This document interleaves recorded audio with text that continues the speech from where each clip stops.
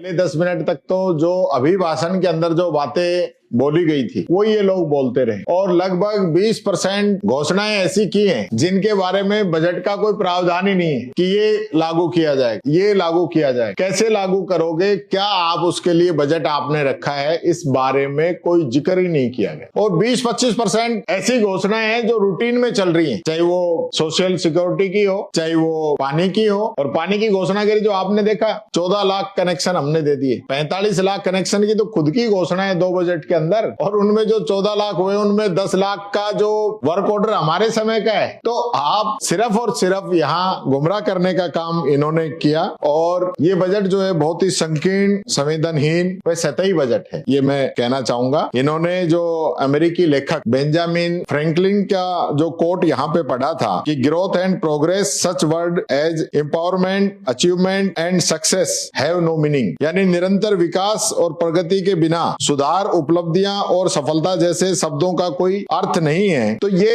हकीकत में इन्हीं के लिए लागू होता है, इन्हीं के लिए लागू हो रहा है, क्योंकि जो काम, जो स्कीमें हमारी कांग्रेस सरकार की थी वो आज कहीं नजर नहीं आ रही। इन्होंने धीरे धीरे उन स्कीमों को बंद करने का काम किया, उनका नाम बदलने का काम किया। ये बात मैं कहना चाहूंगा, सिर्फ शब्दों से काम नहीं चलता, काम करके भी दिखाना होता है। इन्होंने पुराने मुख्यमंत्री जी पे जादू का पिटारे की भी बात कही। अब ये जो नया पिटारा लेके आए 325 करोड़ 20,000 आंगनबाड़ियों के लिए, तो इसमें कौन सा जादू का पिटारा निकलेगा, ये बात मैं पूछना चाहता हूँ। पिछली बार की जो बजट घोषणाएं इन्होंने की है अब तक 2318, उनमें लगभग 30% इनकी घोषणाएं पूरी हुई है और 30% इनकी घोषणाएं शुरू भी नहीं हुई है। जो बाकी जो 40% के आसपास है वो इनकी घोषणाएं अभी प्रगतिरत है, यानी कंप्लीट नहीं हुई है, शुरू हुई है, ये मैं कहना चाहूंगा। अब की बार रिफाइनरी का जिक्र नहीं किया। पिछली बार बजट घोषणा की थी कि हम जो है अगस्त के अंदर रिफाइनरी को शुरू कराएंगे, लेकिन अगस्त के बाद में मैं समझता हूं अब तो जनवरी भी निकल गई, फरवरी भी निकल जाएगी। कोई अभी तक कोई आधार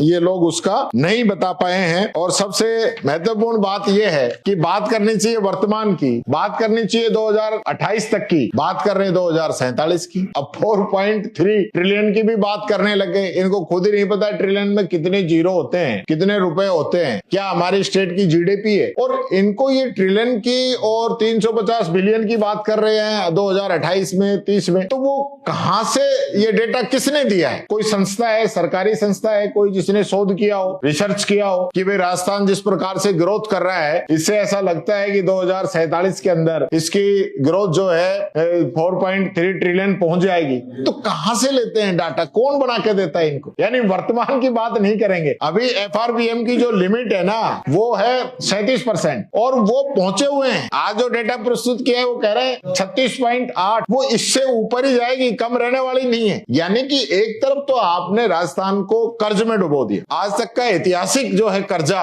पिछले इन 3 वर्षों के अंदर, जब से आज ये तीसरा बजट इन्होंने पढ़ा है, हर बजट के अंदर इतना कर्जा तो हमने 50 साल में नहीं लिया होगा जितना तो इन्होंने एक बार में ले दिया। तो ये हालत इनकी है। इन्होंने कहा था कि हम 1000 इलेक्ट्रिक बस खरीदेंगे, तो कितनी बसें खरीद ली आप बता दो, आपको कोई नजर आती हो 1000 में से? पहले बजट में 500 कही, फिर दूसरे में 500 और कही, अब की बार तो 500 का और जिक्र था भी नहीं, पुराने का भी जिक्र नहीं था। तो ये स्थिति है। तो उस समय जो बजट घोषणाएं हैं वही पूरी नहीं हो रही, तो ऐसी नहीं ये लोग करेंगे, ये बात मैं कहना चाहूंगा।